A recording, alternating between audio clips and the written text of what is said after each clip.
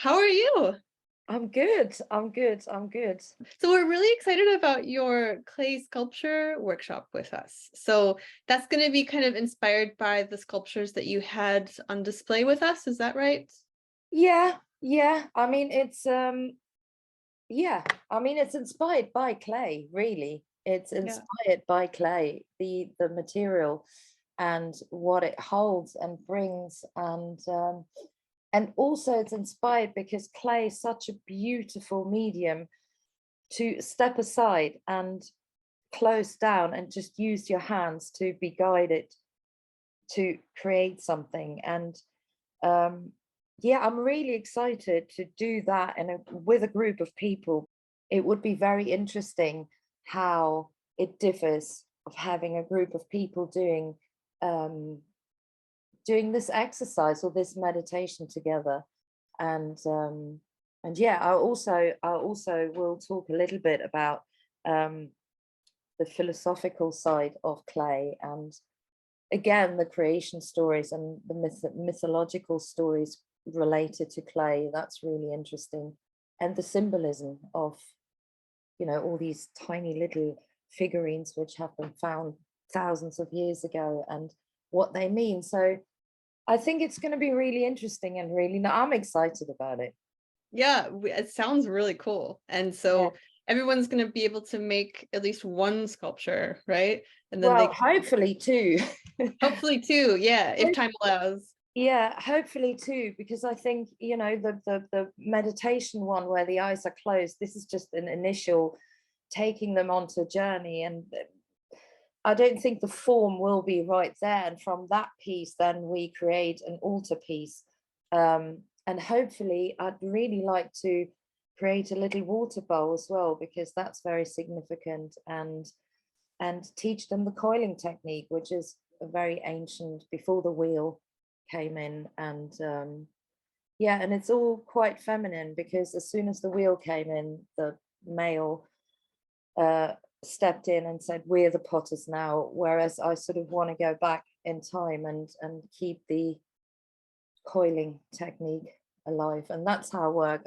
I work with my hands and the coiling technique. So yeah, hopefully I can inspire them in making more after the course. Yeah, definitely. And so that sounds really cool. So people are going to start with like their eyes closed, making something, just feeling it. I love that.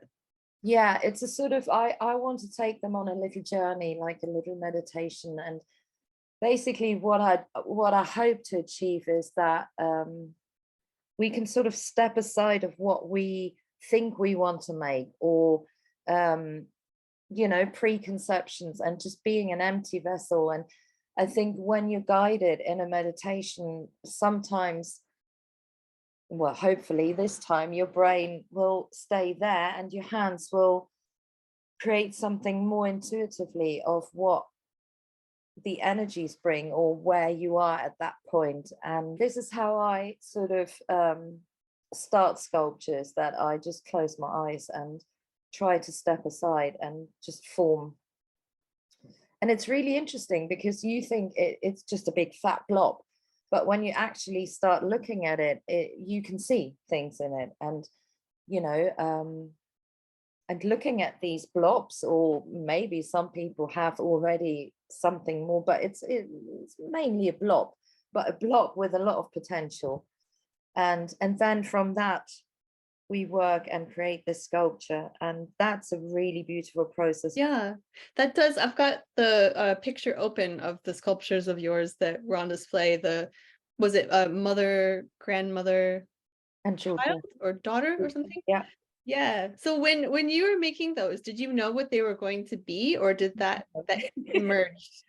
I had an idea. I did it part of my master's, and it basically started off because I researched the divine feminine, and I went and I saw lots of ancient figurines, and it was sort of inspired by trying to create these archetypes. And I think it was the choice of clay which it was basically the material, and it was the mother was the black clay, and so that was the only decision I made, was the clays. And what happened, I think the mother became like a pyramid, like a cylinder, and it was a beautiful process coiling her and making her grow. And as said, the last thing is the top, the eyes, the head. Um, and yeah, and I think that they were all based on the same principle of, let's take the clay and make the first shape. And I didn't think she would be a pyramid. I thought she was round, but she was a pyramid. And then the grandmother became very round, and she's nearly like a bell. And actually, when one lifts her up and taps her with an object, she has a hollow bell sound. And the spiral eyes, again, it's got to do with the ancient symbolism. So instead of doing big eyes, I thought this continue spiraling. And then the daughter, like the sort of innocence, that was completely random. She started, I didn't even think she would even be born at any point. And then, yeah, she just happened. And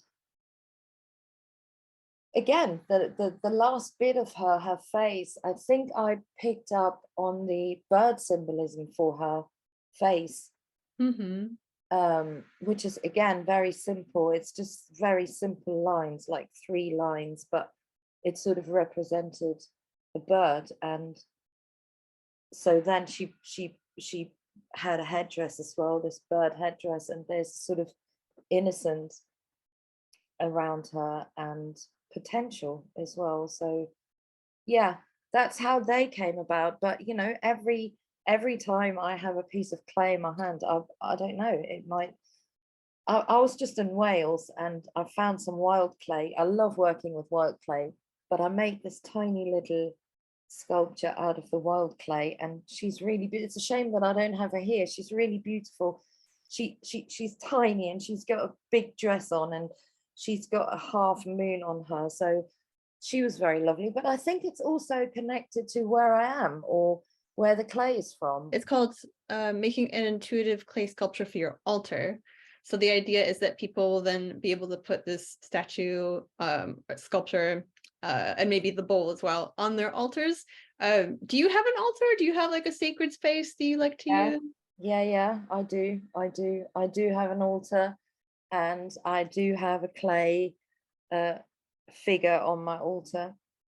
And yeah, I sit and meditate and contemplate coming to the altar again with a little figure. When one makes them, there's a saying in the indigenous Indian cultures that she only comes alive, or he or she, whatever it may be, when you light the first candle in front of her. So it's there's a relationship with the fire and the clay, and when you light the first candle, your sculpture then becomes alive. So I think Oh, that's a really beautiful vision as well, I think. yeah, it sounds like it's gonna be quite a lovely day. I assume that people don't really need to have experience working with clay or art. They can join from any level. No, the less experience, the better. It's yeah, it's funny about knowledge and experience and things. They, you know, they can inhibit. They can inhibit. So it's great working with children. They are amazing. Um, but you know, I'm hoping to get the adults back into that space where, you know, they can just freely forget what they've learned, even if they have experience, just to let go of that and just be open Yeah. to what comes. There's a really beautiful quote I wrote down when I was reading about it was Francis of Assisi, about the knowledge thing I just told you. And it says, seek more after experience than after knowledge, for knowledge will often deceive you. knowledge inflates you, but love builds you truly. So basically that's sort of the vessel, the structure. It's like, let go of everything, let's make something intuitively, which hopefully will bring a lot of joy. Thank you so much. It was lovely chatting with you, you. and I hope you enjoy Glastonbury. Oh, I will. Thank you so much. Have Have a a good beautiful day. day. Bye. Bye.